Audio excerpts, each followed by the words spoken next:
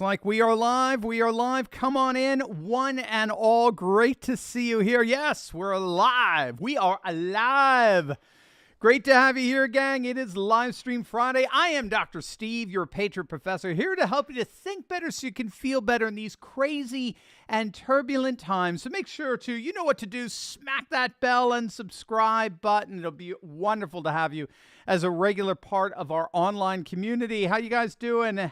Ellen Hunt, good to see you. Eric, the Viking, we are live. That is right. Tyler, James Bass, Stephen Connors, good to see you. Stephen, Fractal Automata, we are alive. I love it. What is this?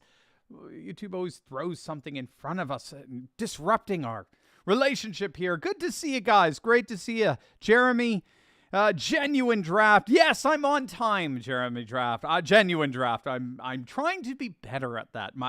Usually it's wives that are leaving a gentleman waiting. No, it's me. I'm the pathetic one. Come on in, gang. One and all. Great to see you. Arrow. Good to see you, man. Fallen. Patricia. Chris. Sarah. Brett. You guys are awesome. Generalissimo Liberty. Thank you, sir. Release the J6 tapes, and they are. Gang, super chats are up, as Generalissimo has just shown us. So we do have your questions. I will be happy to answer. Josh is here to compile them. I will answer them in due course. My, oh my, oh my. Strap yourselves in. The Democrats, the legacy media, the J6 Kangaroo Committee, they are all, the deep state, they are all about to be exposed like never before. We're already seeing the legacy media panicking over it. I've got the headlines. I'll read them for you. We're already seeing them for it. We have an absolute bombshell, a video bombshell coming out that's promising to blow the roof off of the deep state for all to see with their own eyes. From what Tucker Carlson is saying from last night's show, this is going to be a game changer like no other. I mean, we're going to get into all of that and more. This is going to be fun. This is going to be a fun live stream Friday. Super chats are up. Send me your questions. And, of course, you have got to click on that link below and protect yourself from these liberal, nutty elites destroying our economy with, of course, the timeless value of gold and silver. As you know, patriots over the centuries have always relied on gold and silver to protect their assets during economic storms. And that is where the amazing patriots over at Goldco come in. If you've got $50,000 or more in an IRA, 401k, or a savings account, protect those assets from bumbling Biden's insanity with the timeless values of gold and silver. Click on that link below. Talk to our good friends over at Goldco. Gang, they want you to succeed so much, they're offering you up to 10 G's, $10,000 in free silver if you open up an account with them. But that is a limited time offer, so don't wait. While you're sitting and listening to this great live stream, click on that link below. Make sure you do whatever you need to do. Get an account with Goldco. They are amazing. They're patriots just like us. Click on the link below or go to visit my special website, turleytalkslikesgold.com. All right, we paid for the lights here, gang, and it's a great and amazing company. Let us dive right in here. Tucker Carlson, I got my coffee, my mug of cup of joe here, ready to rock and roll. Tucker Carlson, as I'm sure many of you know, recently received tens of thousands of hours of video surveillance from J6. It's taking a while to sift through. One report I read is it's basically, when you add up all the hours, it's 5 years worth of surveillance. Okay, that's how many hours of surveillance video that Tucker and his team are sifting through right now. And by the way, that was hidden from public view deliberately over the last 2 years. Remember, this is taxpayer-funded footage. This is not smartphone footage. This is from surveillance cameras that you and I paid for. This is our footage, as it were. So this whole notion that this needs to be kept from public view is beyond absurd. This is a video. This is video that belongs to the public, not to the permanent political class, not to federal agencies. But as Julie Kelly, and God bless her, Julie Kelly, senior editor over at American Greatness, she has been on this. She has been astonishing, relentless reporting from Julie Kelly. She pointed out that Capitol Police, with the help of D.C. District Court judges, have over the last 2 years successfully hidden thousands of hours of video evidence. Even the FBI got involved in this, according to Kelly. They signed agreements just a couple of days after the January 6th, after the protests, to acknowledge the tapes technically belong to the Capitol Police. This is why it was so important to get the Republicans into the House in November, so that we can just blow through this administrative wall that they've placed between us and what is rightfully ours, I would say. And the new Rasmussen poll shows an overwhelming amount of people agree with that. But again, according to, and we'll get into that Rasmussen in a moment, according to Julie Kelly's reporting, the Justice Department designated the video surveillance, quote, highly sensitive government material that they wanted to subject to protective orders in January 6th prosecutions. And so, as such, the video evidence has actually been hidden thus far from J6 defendants and their attorneys. They haven't been allowed to access all of the video tied to their cases, which is insane if you think it through. Well, no more. That's done. That's over. Those days of hiding what really happened are over. Axios is reporting, as I'm sure many of you know, that a few weeks back, Tucker Carlson received 41,000 hours of video surveillance footage. Now, there's a bit of discrepancy there. I don't know how many of you caught that. Capitol Police claimed in March of 2021 in a court filing that they had 14,000 hours of video footage. But that was between the hours of 12 p.m. and 8 p.m. on January 6th.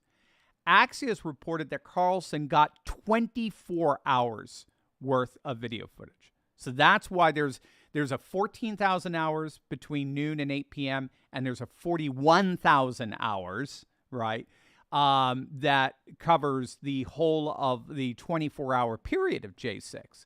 And it's from multiple camera angles from all over Capitol grounds. And Tucker made the bombshell announcement on last night's broadcast that he has video evidence that he will begin releasing next week that shows conclusively that the Democrats in the deep state and the J6 committee are all lying about J6. Tucker's got the receipts. We've got the receipts. I think he's just our representative here. And there's no ducking this one. Now, he did not give any explicit details on it, but in effect, he said, buckle up, strap yourselves in, because butter the popcorn. This is going to be absolutely huge. And it looks like the supermajority of the nation is ready for it. So this is where the Rasmussen poll comes in. That's absolutely gigantic. Did you see this? It came out yesterday. It's a survey of, I believe, 1,000 likely voters.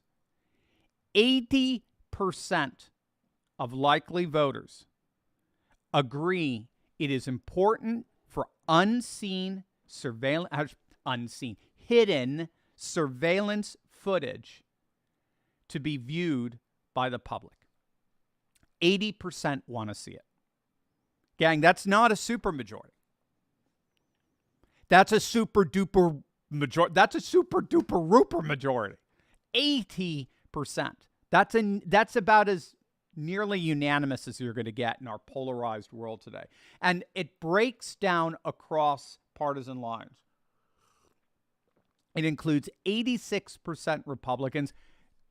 Who are those 14% who think we shouldn't see it? Who are they? Are they the Cheneys? Are they 14% of our party? Dear heavens. 86% of Republicans, but this is this is wonderful. 78% of Democrats think we need to see the hidden surveillance footage.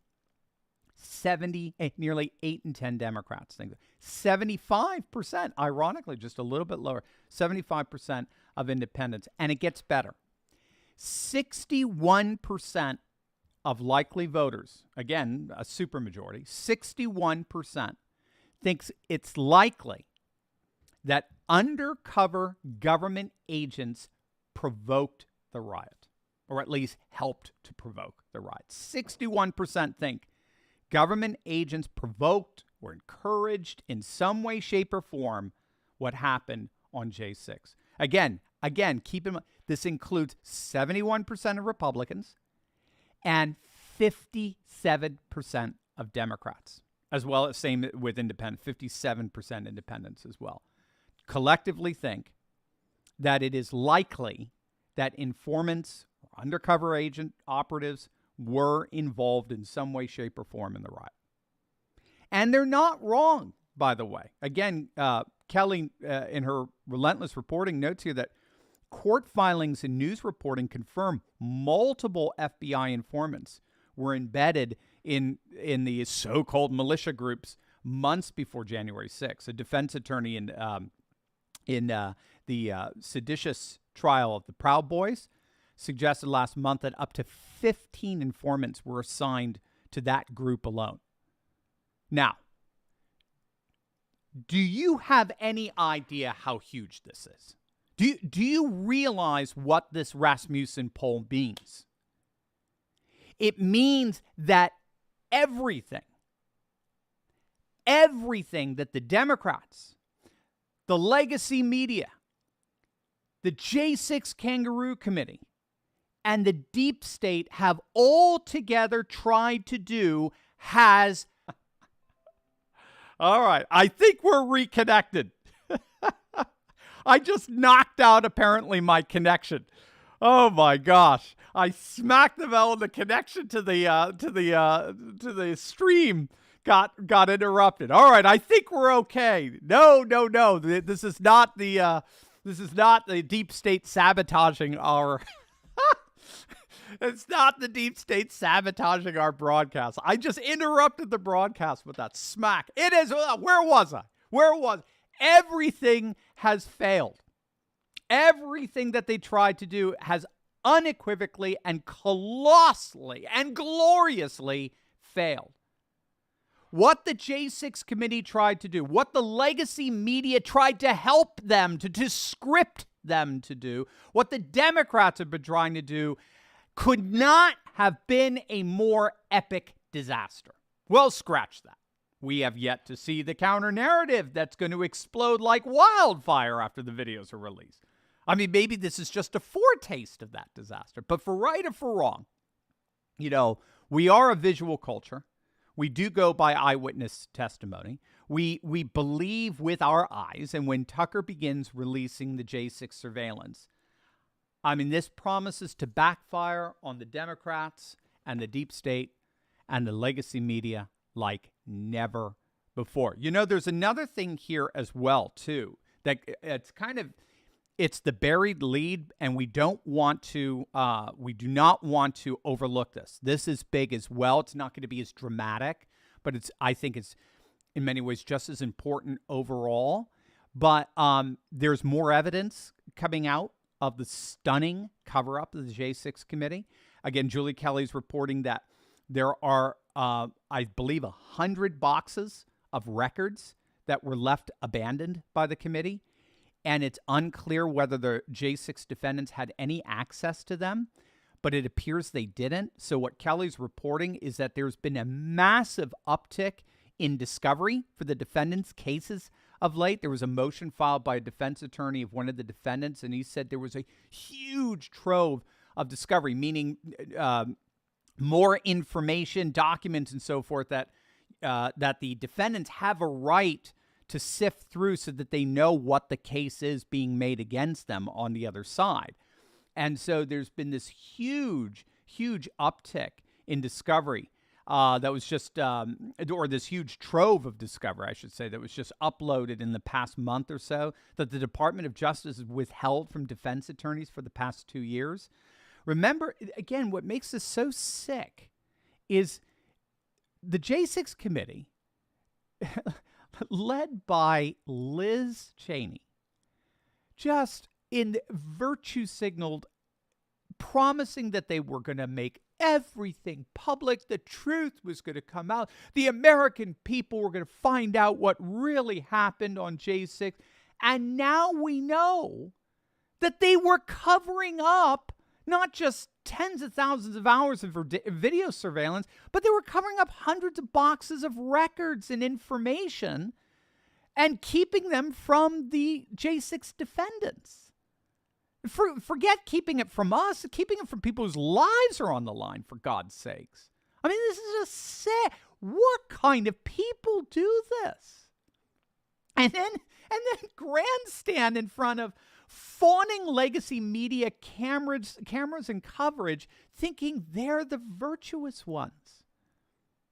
Gang, this is why the media is going berserk over all of this. The legacy media is outright panicking over what Tucker's going to be revealing over the next week. So look at I just picked a few headlines here, but you can do, as Don Lemon would encourage you to do your own Google search. The Washington Post, letting Tucker Carlson cherry pick J6 footage. I can't even read this. I can't even read this. Tucker Carlson is cherry picking.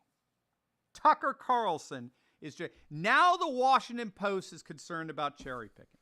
What the hell? I mean, all right. Sorry. I can do this. It's Friday. The weekend is almost here. I can do this.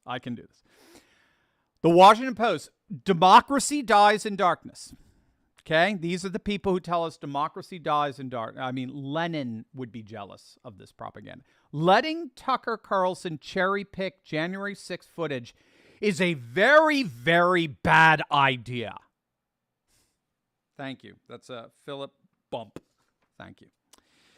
MSNBC, the decision to give Tucker Carlson exclusive January 6th footage is not aging well.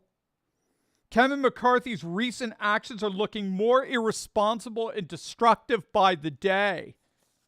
This is the Baltimore Sun. You ready for this? The Baltimore Sun. Giving Tucker Carlson January 6th video violates the First Amendment. Oh, now they're concerned about the First Amendment. Now they're concerned about constitutional rights. Wow. We got literal political prisoners being denied due process, and now we're concerned. I mean, this is just weaponized legalism. I mean, this is disgusting. They're doing everything they possibly can now to discredit the release of the video footage before it happens. And the Rasmussen poll proves that it's all for naught. Bless their little heart. Bless their little wicked globalist hearts. It's all too little too late. The legacy media is finished. They're through. And you guys know exactly why. You guys know, those of you who are regular viewers to this channel, and if not, make sure to smack that bell and subscribe button. We'd love to have you as a regular part of this channel. You know exactly why. Put it in the chat. You know the kind of age that's rising that is increasingly sidelining the legacy media. You know precisely why the days of the legacy media are coming to an end, right? It's because of you. Look in the mirror. You're the reason. Scholars call it the network society. The rise of the network society, or others call it the information age. It's the same thing. The network society is the form the information age is taking. But when all is said and done, I'm going to prove it to you. When all is said and done, you are the reason why the legacy media is collapsing. You are the reason. You're it. You're not a bystander. This is what I always say. Being a patriot is not a spectator sport. You're not a bystander in this. What you're doing right now in putting comments in the chat and putting anything in the comments below, and watching this and going and doing your own research, you are destroying the legacy media. The left-wing globalist shills in the legacy media. And that's because we're living in the midst of the rise of a new social order where the legacy media, write this down, the legacy media is no longer the gatekeeper of knowledge. They are no longer the gatekeeper of knowledge. There was a time they were. There was a time that they basically had, they had a veritable monopoly on information, right? This was during the time of mass society. That's the age of the Industrial Revolution, when the big cities started to amass, or big coastal cities particularly.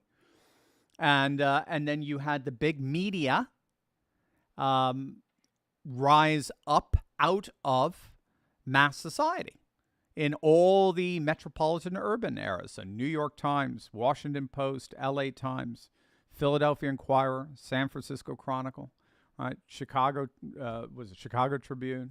Who cares, right?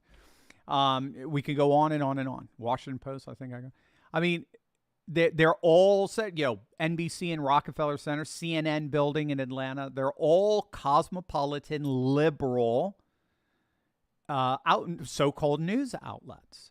And for about a century, I'd say, they basically had a veritable, decades, they had a veritable monopoly over information. I could still remember, this was just at the beginning of the age of Rush Limbaugh, because that's really in the end when I would argue the network society started to really emerge, was with radio. The radio was our network of connection, of connectivity, before the rise of the internet. And Rush, I remember back in '94 when the Gingrich Revolution, Republicans took over, first time in 40 years. I remember just these smug little journalists on C-SPAN getting interviewed, and people would call in, start talking about they would call it the liberal media back then. And these smug journalists would say, well, how do you know that we're liberal? How do you know what we're saying isn't true unless you read it in the media? All the information you're throwing at me, all the counter information to say that we at the New York Times or the Washington Post are misreporting, is from a media outlet. So the media isn't liberal, is it? Or, so you can depend on the media. They used to throw that back at people. And then with the rise of the network society, the information society, with the internet and so on, now they can't say it anymore. Now we can get our information directly, right? I've often pointed out that today, when you see the very first video coverage of some crazy event, it's not from a network media satellite truck, right? Like in Die Hard, where he's like, we got to be down there. We got to be the first one down there, right? What's that, 1988? Die Hard. We got to be the first one down there to record what's happening at Nakatomi Plaza, right? Now you would have everybody inside Nakatomi Plaza or being taken hostage. They'd have their smartphones out videotaping everything. Everything we see from a vantage point of video evidence from the very moment an event breaks is from you. It's from citizens. So there's no way around this. Through the rise of the internet, that's what we mean by the network, right? Information has been radically democratized. It's been distributed. It's been decentralized away from monopolistic institutions like the legacy media. And it's now available to everyone through digital networks, primarily the internet. So today, everyone with a cell phone is a cameraman. Everyone with a social media platform is a pundit. And what's the key here? You ready? This is where we're going to tie this all into a big, beautiful red bow here. What's the key? In such a world where knowledge and information has been radically democratized, in that world, the people get to fact check the media. That's the key to the legacy media's demise. The people get to fact check the media. This is why this whole cover up is so stupid, because eventually it was going to blow. The cover was going to be blown. What so many in the legacy media have yet to understand is that the legacy media's fact checking is no longer considered factual anymore. The vast majority of the population living in an information age don't rely on media fact-checking when they are in a position to fact-check the media. And think about how much fact-checking we've had to do. Vladimir Putin stole the 2016 election. The Covenant Catholic school students were racist bigots. Kyle Rittenhouse was a white supremacist. Hunter Biden's laptop was Russian disinformation. J6 was an insurrection. Liz Cheney's the most virtuous, bravest person on the planet. I mean, for God's sake, why on earth would anyone take such so-called news outlets seriously at this point? We fact check them. I need a sip of coffee after all that. This is all better than coffee, being with you guys. We fact check them. And I would argue that this Rasmussen poll, this poll that shows 80% of likely voters wanting to see the hidden surveillance footage of what really happened on J6, is animated, at least in part, precisely by these fact-checking sentiments. Sorry, legacy media. We don't need you fact-checking us. We fact-check you. You, gang, you, the audience out there, you are the reason why the legacy media is becoming increasingly sidelined and irrelevant in our age. You are the reason. You are standing up. You are standing in the gap. And you are the truth finders. Welcome to a very, very new world. All right, over to you. That's all I got for you today. Let's see some of the questions that you have for me today. Our moderator, Josh, compiles them for me. So remember, for you Patriot business owners out there, you've got to meet my good friend, Josh Zaglowski. I've got his link down below. He's the co-founder of ERC Specialist. He's got an amazing payroll protection company exclusively dedicated to understanding what's known as the CARES Act Employee Retention Credit. Look it up. It's fascinating. CARES Act, C-A-R-E-S, Act, Employee Retention Credit. If you're a small business owner and you're looking to get this $26,000 per employee back from Bumblin' Biden, don't send it to Zelensky, send it to yourself. Click on that link below in the description below to see if you qualify. I think you just fill out a questionnaire and it shows whether or not you qualify. This is absolutely amazing, gang. This is getting your money back from Bumblin' Biden. All right, so you're a business owner, click on that link below. This is an amazing opportunity. All right, what do we got here, Josh? What do we got? Well, where's my page? There we are. Oh, lots of questions. Generalissimo, yes, sir. Release the tapes, absolutely. And I love you too, Generalissimo. Thank you, sir, for that. Get Anthony McNabb. Get homeless people to work rebuilding American ghost towns. Stop the welfare state. Amen. Yeah, the problem, it's very interesting you just bring up the homeless. So when I was working in the classical school, one of the organizations we worked with that we in our days of service projects in the schools was what were they called? They were a food bank, a homeless shelter. And the president was so interesting. He gave a presentation once, and he said, bottom line in the end, the vast majority of homeless, this is according to him, vast majority of homeless are just people, just really struggling either with mental illness or just with drug abuse or both. It's not even a money thing. It's just sad that we as a society just throw such people out on the streets. It's so sad, but alas.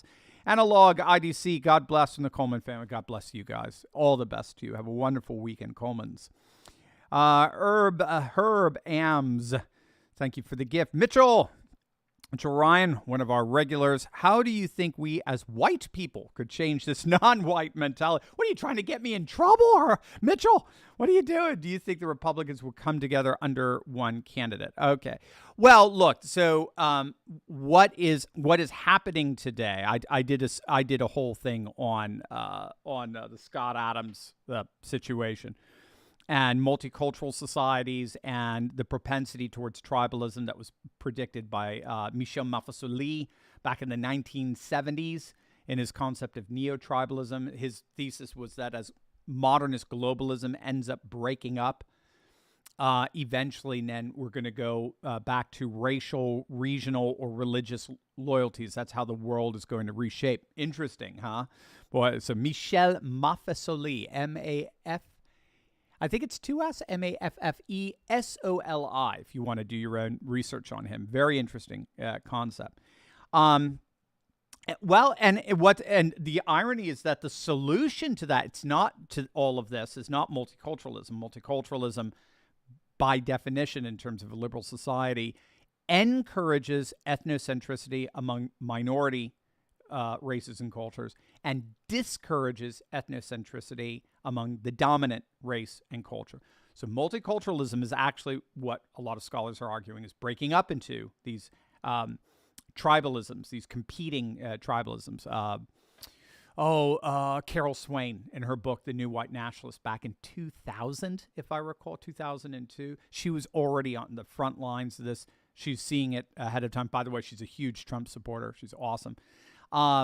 Ironically, as Carol Swain argues, it's civic nationalism, the very civic nationalism of the MAGA movement, of America First, that provides the unification point for a shared culture, a shared civic culture of shared borders, right, shared region, a shared economy, and a shared culture, particularly our religious traditions that are going to bind us together. So, ironically, it's a MAGA movement that can overcome all of this insanity. And do you think Republicans will come together under one candidate? Sure. Yeah, in the end. Yeah, they do. I mean, if they did in 2016, they will this time around. That's the way I see it. MDE, Garland Nixon made a good point in his vlog today. The neo-libs cons put their environmentalist makeup on. But at the end of the day, they don't actually care. It's pure virtue, purely about power. You're absolutely right. You're absolutely right. Bjorn Longman. I think he's Norwegian or Dutch, I'm forgetting now, the Scandinavian scholar, very, very prolific scholar in areas of environment and economics and so forth, has shown that none of the proposals that have been put forward, none of the environmental proposals put forward, Paris Accords, you name it, Kyoto, going back a couple of decades, none of them do squat to change anything. So the best thing we can do is innovation. Unleash the beast, as it were. Find fuel and so forth that is cleaner, cheaper, greener, more effective, and you throw away all the mandates, people will voluntarily go there. So,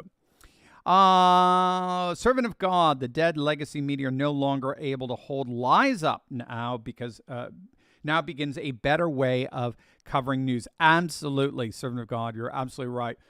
They cannot... they just can't do it. I mean, information has been democratized. So the key today is what we call corroboration. The key is to find. It's funny. Jordan Peterson was talking about this. Just an interview I was listening to the other day.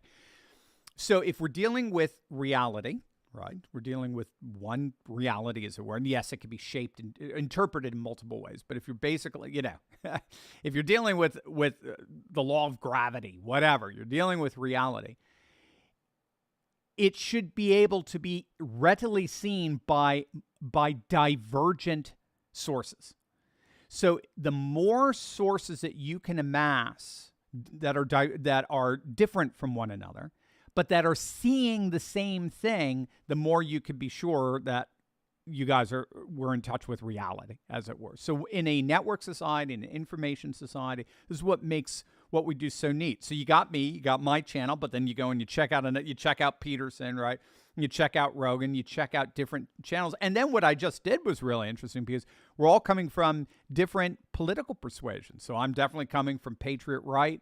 Rogan is populist, but he's more leftist. He was a Bernie Sanders supporter, for heaven's sakes, right? And then Peterson is Canadian.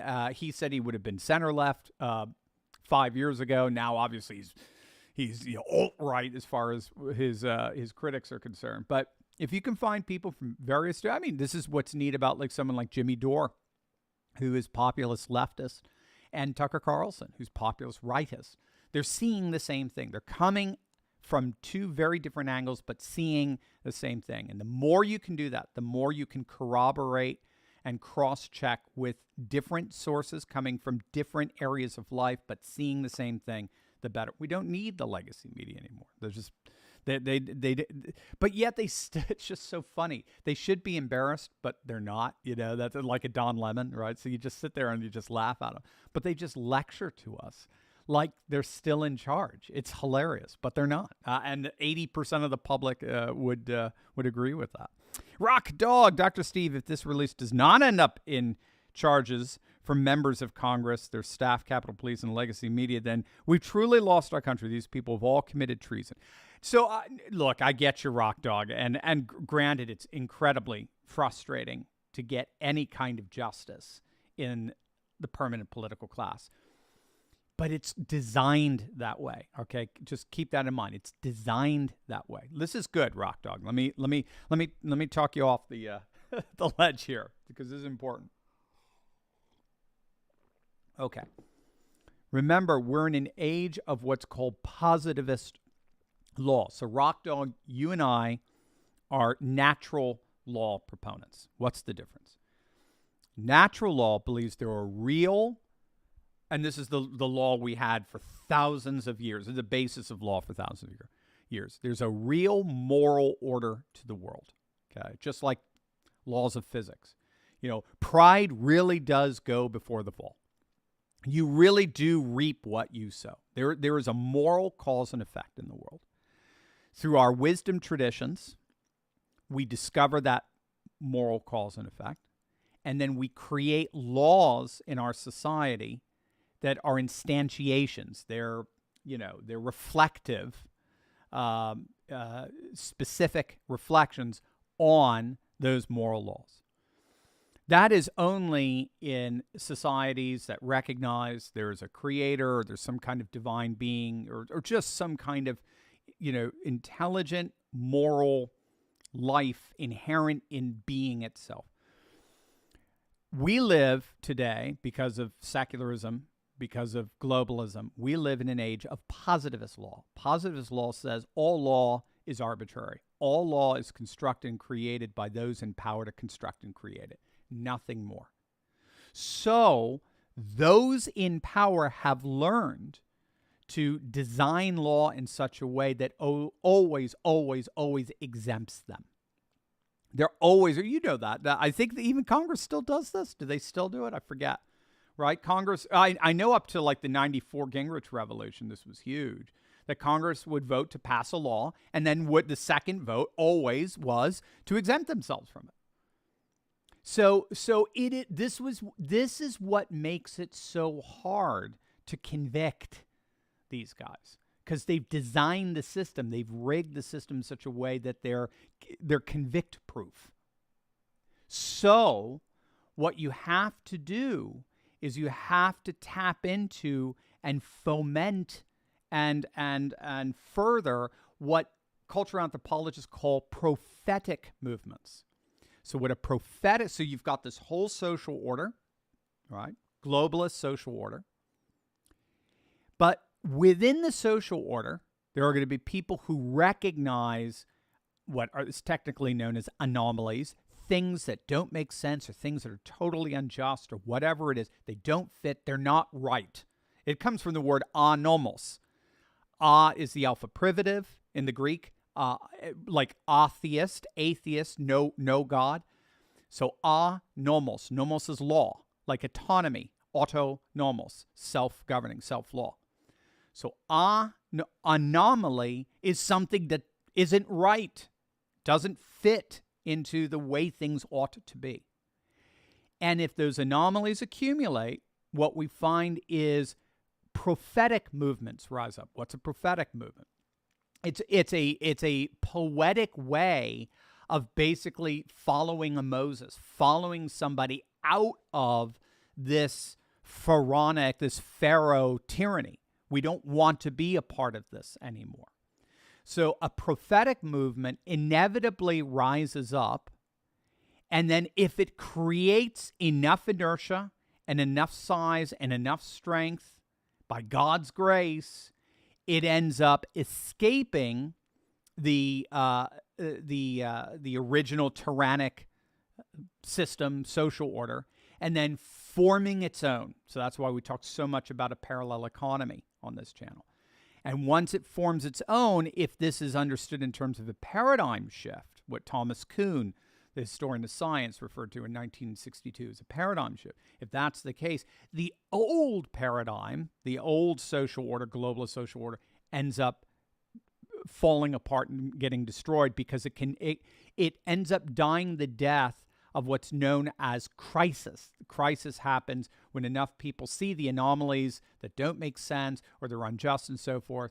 It ends up experiencing a crisis of trust and faith in the paradigm to be able to resolve those anomalies. People join the prophetic movement.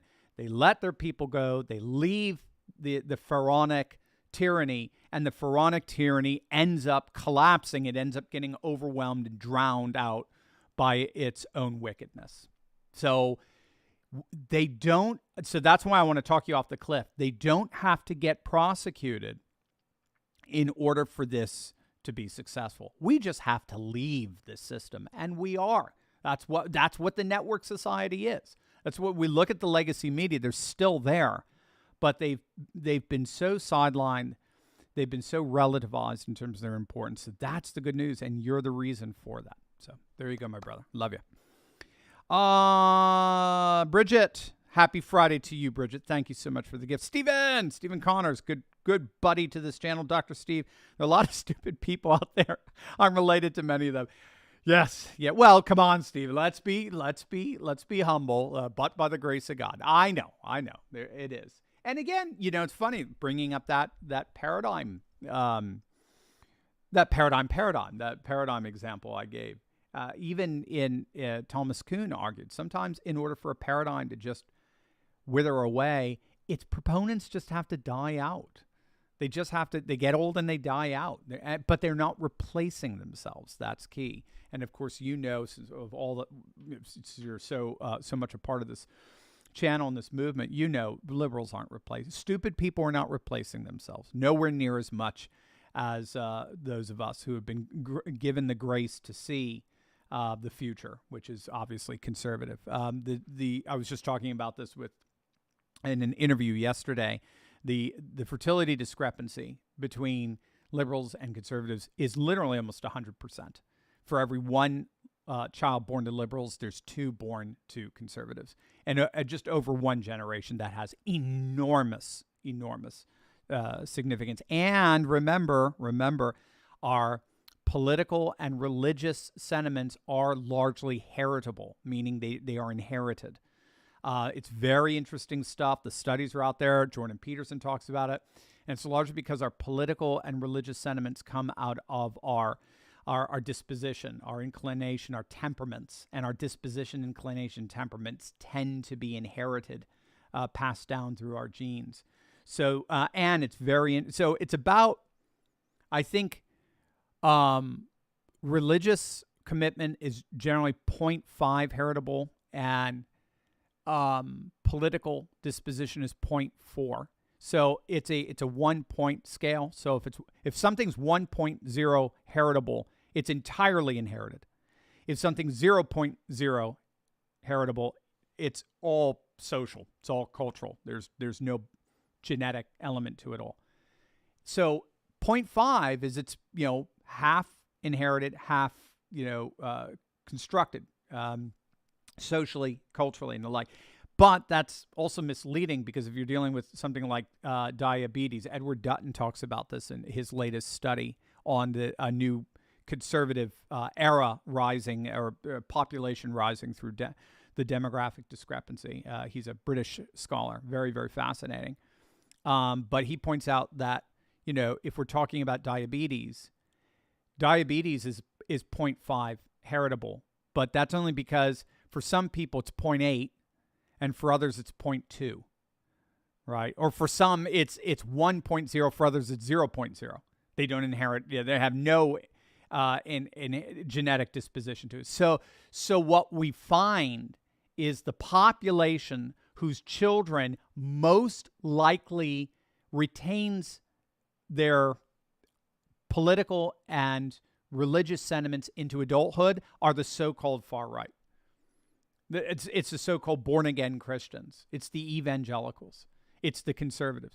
The Amish, for example, have an 85% retention rate among their kids. So this is what I mean. I want to talk, anybody who's on any ledge here, get off. The future is ours. Everything is moving towards a new conservative age. You don't have to worry about that. All we have to worry about is how much damage are these clowns going to do in the meantime, right? So there you go. All right, what do we out? What else? Bushido Key. Mexico is probably the only multicultural country that is a true melting pot. However, they can't seem to have a successful first world country. Maybe due to government styles? Perhaps, Bushido, perhaps. That's a good question. I've never done a real study on Mexico. I was in Sao Paulo in Brazil, and I was absolutely amazed going out to the restaurants. And I spoke at an event there looking out at the demographics of the audience. I was stunned how polyethnic it was.